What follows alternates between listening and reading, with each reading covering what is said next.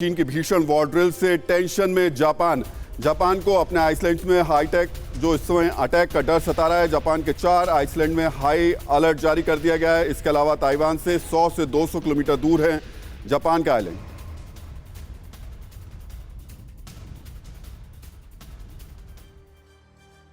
तो चीन ने अपनी ताकत दिखाने के लिए ताइवान के बेहद करीब 6 जगहों पर वॉर एक्सरसाइज करने की बात कही है। सबसे पहले हम आपको बताना चाहेंगे कि आखिर चीन समंदर में ताइवान के करीब कहां वॉर एक्सरसाइज करेगा।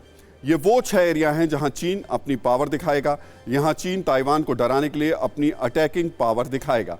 चीन यहां वॉर एक्सरसाइज करेगा वो सभी जगह ताइवान के बेहद करीब हैं। इस मैप के जरिए आप आसानी से समझ सकते हैं कि कैसे चीन ने 6 तरफ से ताइवान को घेर लिया है। डिफेंस एक्सपर्ट्स चीन की इस वॉर एक्सरसाइज को ताइवान पर अटैक की रिहर्सल मान रहे हैं। यह माना जा रहा है कि वॉर एक्सरसाइज के जरिए चीन ताइवान के बेहद करीब पहुंच रहा है। चीन ने वॉर एक्सरसाइज के बहाने अपनी पूरी फौज को ताइवान के करीब पहुंचा दिया है। इसलिए सवाल उठ रहे हैं कि क्या चीन वॉर एक्सरसाइज के बहाने ताइवान की चौतरफा घेराबंदी कर रहा है और क्या चीन इस वॉर एक्सरसाइज के बाद डायरेक्ट ताइवान पर अटैक करेगा। तो हमने आपको मैप के जरिए बताया कि कैसे चीन ने वॉर एक्सरसाइज के जरिए एक तरह से ताइवान की घेरेबंदी का प्लान कर लिया। चीन के इस मंसूबे से अमेरिका पूरी तरह वाकिफ है। इसलिए अब हम आपको यह भी बताना चाहेंगे कि कैसे अमेरिका ने चीन के अटैक का मुकाबला करने के लिए तैयारियां की हैं।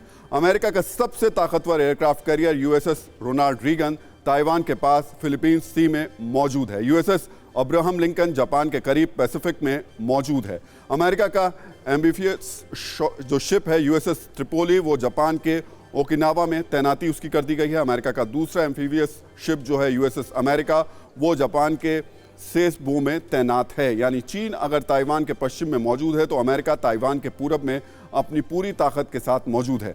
अमेरिका के 2 एयरक्राफ्ट कैरियर और 2 एम्फीबियस बैटल्स ग्रुप ताइवान के बेहद करीब मौजूद हैं। यहाँ हम आपको ये भी ज़रूर याद दिलाना चाहेंगे कि रक्षा विशेषज्ञों के मुताबिक ताइवान के करीब अमेरिका ने 100 से ज़्यादा F-35 फाइटर जेट्स तैनात किए हुए हैं। इन एयरक्राफ्ट कैरियर पर F-16 और F-35 जैसे हाईली एडवांस फाइटर जेट्स और मिसाइलें मौजूद हैं। रिपर ड्रोन और लेज़र गाइडेड मिसाइल्स भी इस पर तैनात की गई हैं। तो नैन्सी पेलोसी की ताइवान यात्रा ने दुनिया को पूरी तरह से 2 खेमों में बांट दिया है। ये ठीक वैसे ही है जैसे यूक्रेन पर रूस के अटैक के बाद दुनिया 2 खेमों में बंट गई। एक तरफ नैन्सी पेलोसी की यात्रा के खिलाफ कुछ देश चीन के समर्थन में आ गए तो दूसरी तरफ कई ताइवान के मुद्दे पर अमेरिका के साथ खड़े हैं। यहाँ हम आपको बताना चाहेंगे कि रूस ने नैन्सी पेलोसी की ताइवान यात्रा के खिलाफ चीन का समर्थन किया। रूस ने कहा कि केवल एक चीन है और ताइवान चीन का ना अलग उसको किए जाने वाला हिस्सा वो नहीं है। उत्तर कोरिया ने भी ताइवान के मुद्दे पर चीन का समर्थन किया है। उत्तर कोरिया ने नैन्सी पेलोसी की ताइवान यात्रा को दूसरे देशों के आंतरिक मामलों में अड़चन पैदा करने वाला हस्तक्षेप बताया है। पाकिस्तान ने भी ताइवान को लेकर चीन का समर्थन किया है। पाकिस्तान ने कहा कि वो एक चीन की नीति का समर्थन करता है।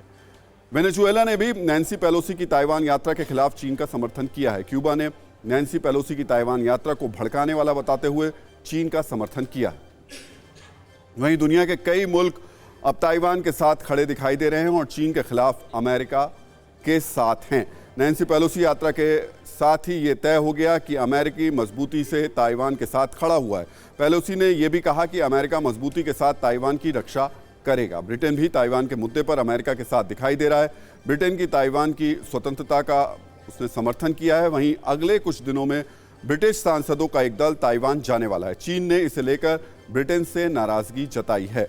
जर्मनी और फ्रांस जैसे देशों ने भी ताइवान के मुद्दे पर चीन के खिलाफ अमेरिका के साथ वो लोग खड़े हुए हैं। यूरोपीय देश लगातार कहते रहे हैं कि ताइवान एक स्वतंत्र मुल्क है और चीन की विस्तारवादी नीति दुनिया के लिए खतरा है।